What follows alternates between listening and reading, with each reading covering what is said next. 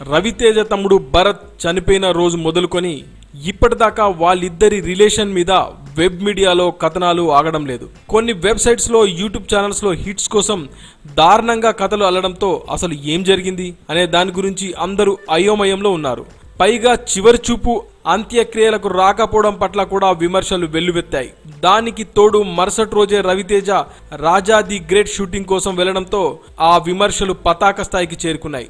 వీటి గురించి రవితేజ మీడియాకి ఇచ్చిన స్పెషల్ ఇంటర్వ్యూలో పూర్తి క్లారిటీ ఇచ్చాడు. ఇలా చెప్పడం తనకు ఇష్టం లేదని, అయినా కొందరు దిగజారి మరీ తమ ఫ్యామిలీ గురించి రాస్తూ ఉండడం భరించలేక నోరు విప్పుతున్నానని చెప్పాడు. ఇప్పటిదాకా అందరిలో ఉన్న పలు సందేహాలకు ఇందులో సమాధానం దొరికింది. ఇకనైనా చనిపోయిన వాళ్లకు గౌరవం ఇచ్చి ఇక్కడతో ఆపేయాలన్న ఆవేదన కూడా రవితేజ మాటల్లో కనిపించింది. మరి రవితేజ ఏమన్నాడో ఆయన మాటల్లోనే.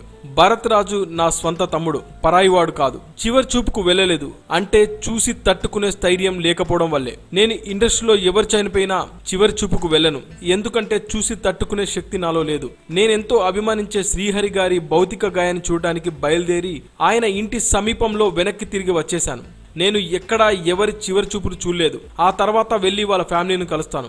అలాంటిది ఒకే రక్తం పంచుకు పుట్టిన నా తమ్ముడిని అలా చూడడానికి నాకు ధైర్యం ఎలా ఉంటుంది? మా నాన్న వయసు 85 ఏళ్లు. బయటకి రావడం చాలా కష్టం. అమ్మకు నాకన్నా భరత్ అంటేనే ప్రాణం. తమ్ముడి మరణ వార్త వినగానే అమ్మ కుప్పకూలిపోయింది. నా పిల్లలు కూడా భరత్ను నాన్నానే పిలుస్తారు.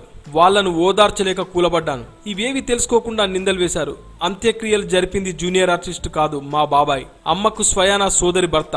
ఎవరితోనో చేయించాల్సిన కర్మ మాకు పట్టలేదు. చిన్న తమ్ముడు రఘు అక్కడే ఉన్నాడు.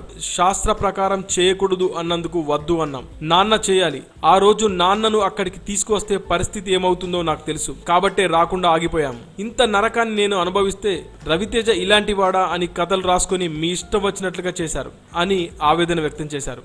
షూటింగ్ కాగానే స్నేహితులతో టైంపాస్ చేసే నేను అమ్మా నాన్న కోసం అవన్నీ మానుకొని ఇంటికి వచ్చేస్తున్నా.